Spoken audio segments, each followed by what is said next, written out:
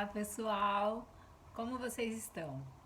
Hoje nós estamos na nossa oitava aula de Libras e eu quero aproveitar que estamos finalmente no mês de setembro, que é conhecido como Setembro Azul, entre tantas outras cores, para falar um pouquinho com vocês sobre a cultura do surdo.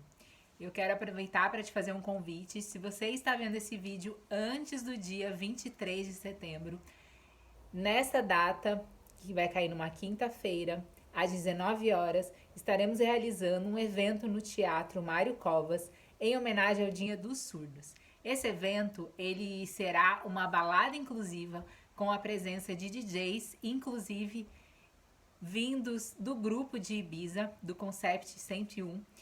E eu espero que dê tempo aí de você ver e tentar se inscrever. Se você está vendo a tempo, corre lá no site da Fundac ou no site da Prefeitura de Caraguatatuba, jogue lá Sensitive Experience ou então Dia do Surdo.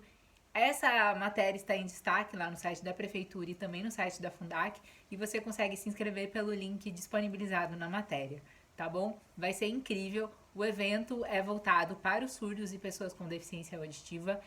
E ele tem como objetivo mostrar que a música também pode sim fazer parte da cultura dos surdos. Mas como isso? Eu te explico. Junto com os DJs, nós teremos intérpretes de Libras em paralelo que estarão traduzindo todas as músicas que serão tocadas. E também, paralelo a isso, a caixa de som que compõe todo o evento, né? Duas delas estarão na parte de baixo, acessível para os surdos e pessoas com deficiência auditiva poderem tocar na caixa e sentir a vibração. Porque, para quem não sabe, o surdo ouve sim, por meio do toque, da vibração. Então, é muito importante que essas caixas estejam acessíveis a ele, tá bom? Então, fica aí o meu convite, espero, e vou fazer o possível para que esse vídeo chegue até você antes do dia 23, para que você tenha tempo aí de se inscrever e principalmente compartilhar com algum surdo que possa realizar essa inscrição e participar com a gente, tá bom? Agora eu vou aproveitar então esse mês que é tão especial para nós para ensinar um pouco para vocês sobre a cultura surda. Para isso eu vou apresentar para vocês a minha monografia que chama A Tribo dos Surdos no Cyberespaço. Foi uma monografia que eu apresentei no meu curso de graduação na UFJF e ela fala a respeito da importância do contato do surdo com a internet. Vou explicar um pouquinho para vocês, basicamente, o que eu estudei nesse trabalho, para que vocês possam compreender melhor. O que eu quis dizer?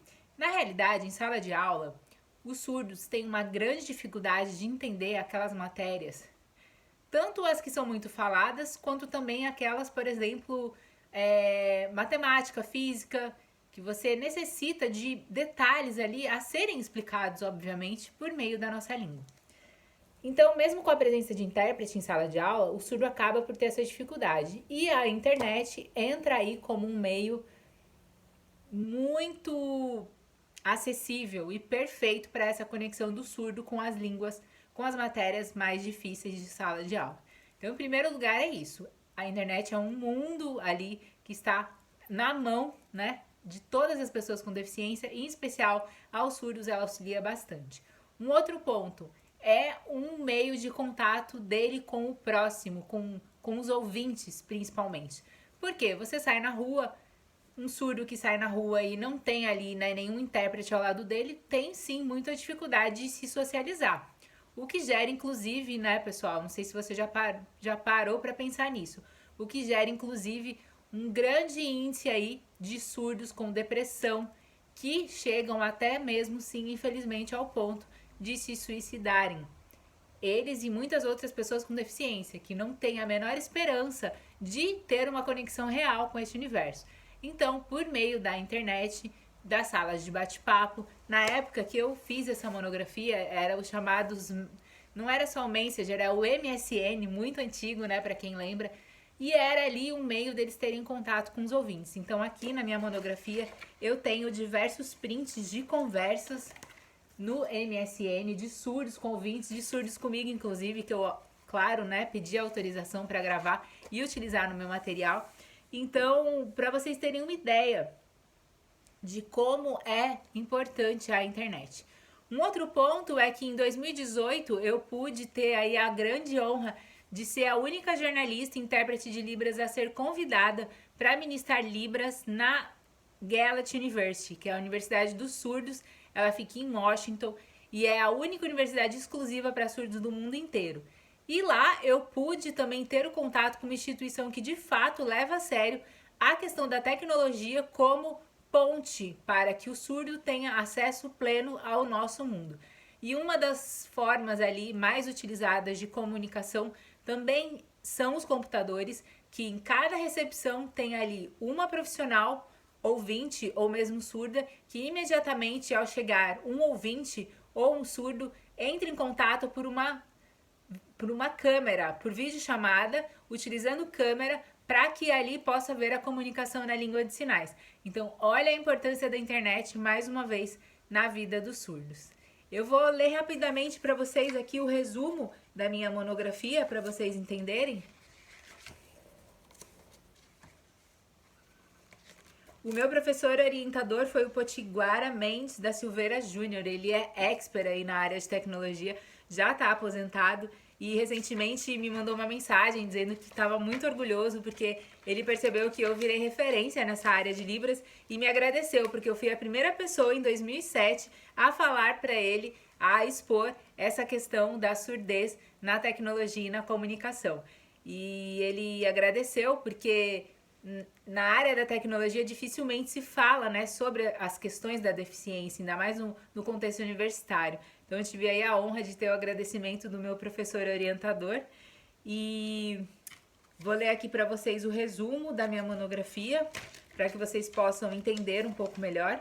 Eu analisei o contato do surdo com a internet, como eu falei, com ênfase nas contribuições deste meio de comunicação ao desenvolvimento do sujeito estudado, no caso, o surdo.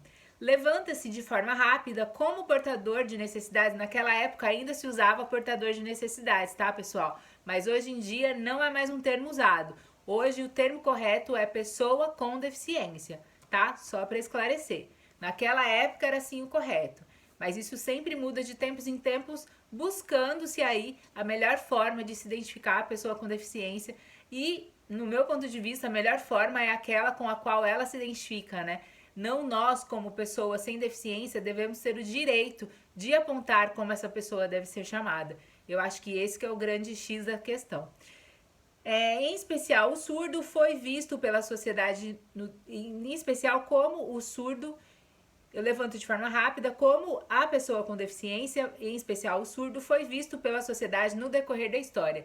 Muitos aí podem estar ouvindo e ficando um pouco assim escandalizados de eu dizer surdo, mas as pessoas com deficiência auditiva, em especial os surdos, que também, qual é a diferença? O surdo, ele tem geralmente você pode chamar a pessoa de surdo ou surda quando ele tem uma deficiência auditiva mais profunda, né?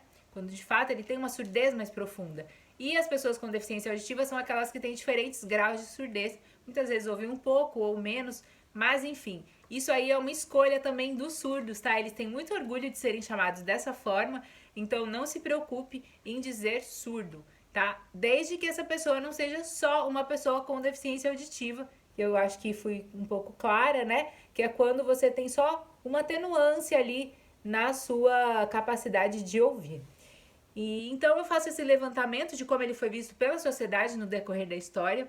A linguagem do mundo virtual e dos próprios surdos também é destacada no decorrer deste projeto, que eu destaco lá principalmente na prática mesmo, com as minhas conversas com os surdos que eu tive pelo MSN, sendo que tudo isso foi levantado tendo sempre como pano de fundo a busca da efetiva inclusão social deste sujeito. E as 3 palavras-chave são surdo, internet e inclusão. Vou ler um pouquinho aqui do início para vocês. Não quero ficar muito longa aí, mas só para vocês poderem entender um pouco mais. A gente pode gravar outras aulas falando disso também. Eu acho que é um tema muito interessante. Depois dessa monografia, eu também realizei uma pós-graduação em gestão pública pela Universidade Federal de São Paulo.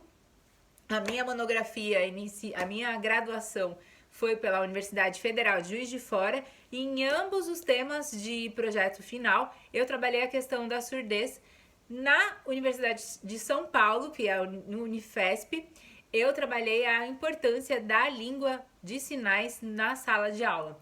E eu fico muito honrada porque eu apresentei esse trabalho ano passado e neste ano o presidente Jair Bolsonaro, ele sancionou uma lei que obriga, sim, a introdução da Libras no contexto escolar, pela Lei de Diretrizes e Bases. E isso faz com que o bilinguismo seja oficializado definitivamente em nosso país, uma luta que vem aí da comunidade surda desde 1980. Então, são mais de 40 anos em busca desse direito, que é o bilinguismo. O que é o bilinguismo? É o direito que o surdo tem de estar em sala de aula, aprender o português por meio da sua língua de sinais. Então, primeiro ele aprende a língua de sinais e a partir dali ele tem um profissional capacitado, habilitado para introduzi-lo à língua portuguesa por meio da Libras. Então, primeiro ele aprende a sua língua mãe, a chamada língua mãe, que é a sua língua, a primeira língua dele, né, que é naturalmente a língua de sinais.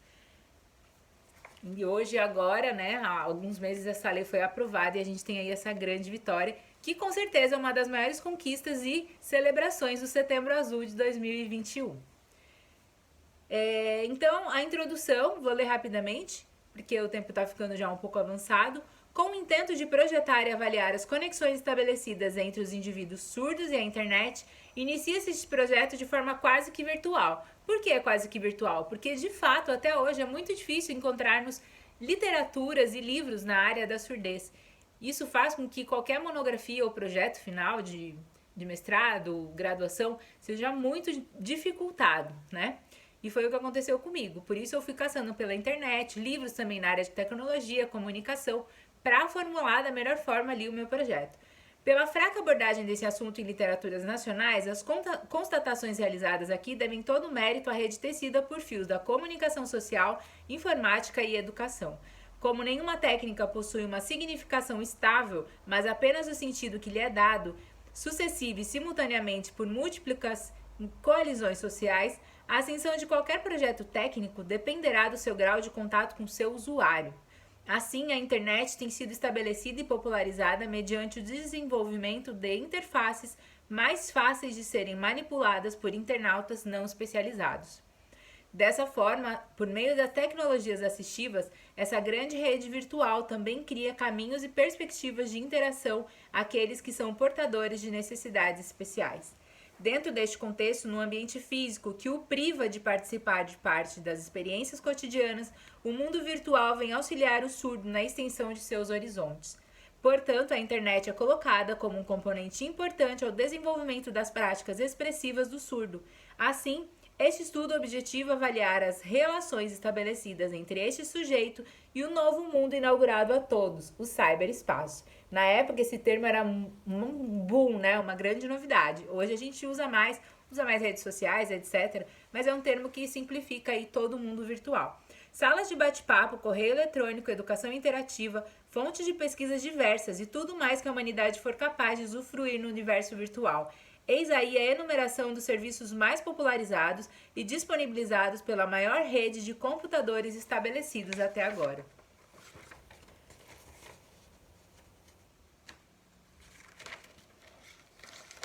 Então, a princípio, tratava-se de uma pequena conexão de um projeto militar. Isso eu explico aqui sobre a internet. Quando passou a ser utilizada pelos meios acadêmicos científicos, sofreu uma grande extensão e, por fim, a internet vai se firmando como um importante meio de comunicação. Vou para uma das partes que eu gosto mais. Lembrando, vou gravar outras aulas sobre isso, porque eu achei bastante bacana a gente intercalar um pouco de teoria com a prática da Libras, porque, como eu sempre digo, nada adianta a gente saber o sinal, etc., se a gente não conhece a cultura do surdo e as reais necessidades dele, não é verdade? Então, aqui eu falo sobre o implante coclear. Dentre as perspectivas futuras para o surdo na pós-modernidade, encontra-se a possibilidade de uma cirurgia que pode desenvolver a audição. Segundo o site Todos, de 2006, o Hospital Iguaçu, em Curitiba, começou a realizar essa cirurgia, que consiste na realização de um implante coclear. A primeira cirurgia desse tipo foi realizada na década de 90, durante um simpósio. Desde então, o procedimento é esperança para quem perdeu a audição por algum problema ou também para quem nasceu com a deficiência. Durante a cirurgia, um dispositivo eletrônico composto por um grupo de eletrodos e um aparelho receptor é implantado na parte interna do ouvido. Por fora, colocado na orelha, fica a parte que processa a fala, com o microfone e a bateria. O implante coclear substitui a função da cóclea, que codifica os sons, transformando os sinais sonoros em elétricos, fazendo com que o paciente possa ouvir. A comunicação entre os componentes externos e internos é realizada por meio de ondas de frequência transmitidas pela pele intacta. Apesar de ser considerado um grande avanço, o implante é indicado apenas em casos de surdez profunda. Como eu falei para vocês, tem algumas diferenças muito grandes, e dependendo da causa da deficiência. Além disso, para verificar a indicação do implante, o paciente terá de passar por uma bateria de testes que levam, em média, 6 meses para serem concluídos.